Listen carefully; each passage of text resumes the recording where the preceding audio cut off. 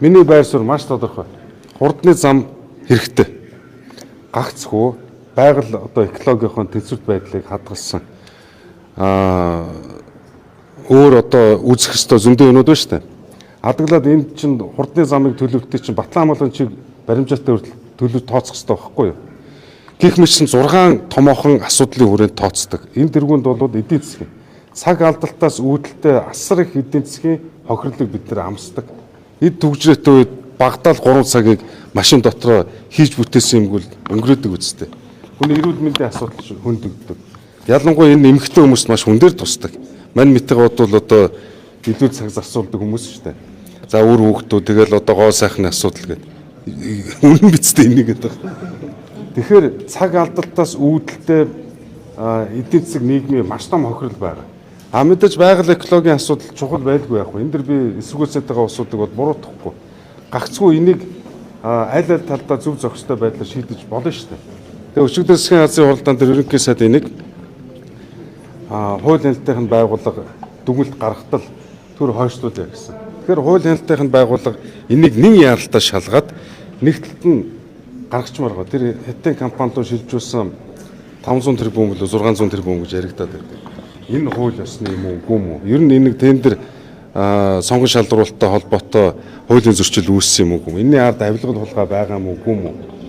Гэх мэтлэн бүгдийн хуулийн байгууллага нэн даруй шалгаад тогтоогоод асуудалгүй бол байгаль экологийн асуудлыг зөв зохистой шийдээд энийг бол би урагшлах ёстой гэдэг хатуу байр суурьтай байгаа.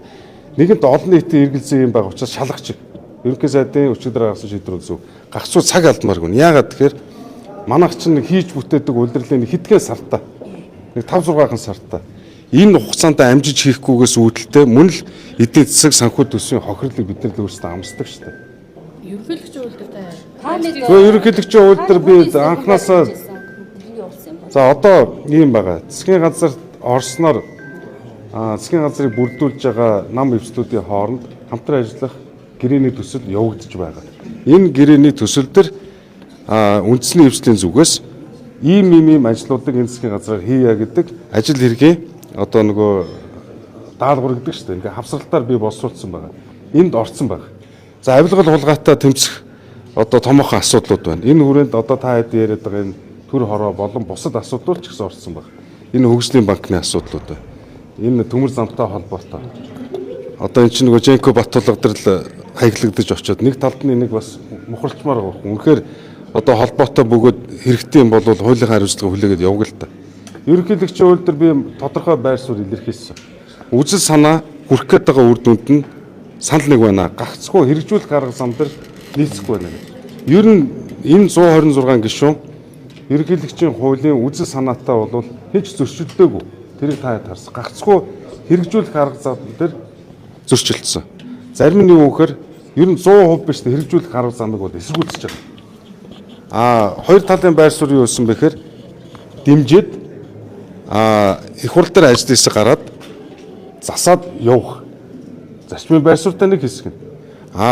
Нөгөө хэсэг нь буюу одоо миний бие оролцсон тал нь юу гэхээр анханасаа энийг дэмжихгүйгээр буцаад татчихаач. Тэгээд их хурлын гишүүд нь өөрсдөө энийг санаачлаад ялангуяа их хурлын дарга өөрөө санаачлаад парламентын суудалтаа 4 нам нэг эвсэл байгаа тал талуудын төлөөллүүдийг оруулаад нэгэ батлаа авчи. Тэгээд зөвхөн их хурлын гишүүдийн асуудал биш.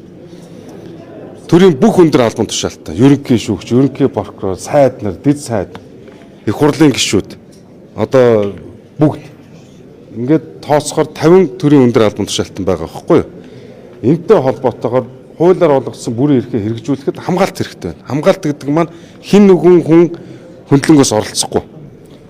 Хоёрдугаарт бусдын хяналт хэрэгтэй байна. Гуравдугаарт юу гэхээр юу хэрэгтэй? Хязгаарлалт хэрэгтэй. Хуулиар олгосон эрхээ хэтрүүлээд идэг штэ. Төсөвдөрч тэр одоо өөр чиглэлэрч тэр. Сүүлд нь юу гэхээр хариуцлага тооцдог механизм.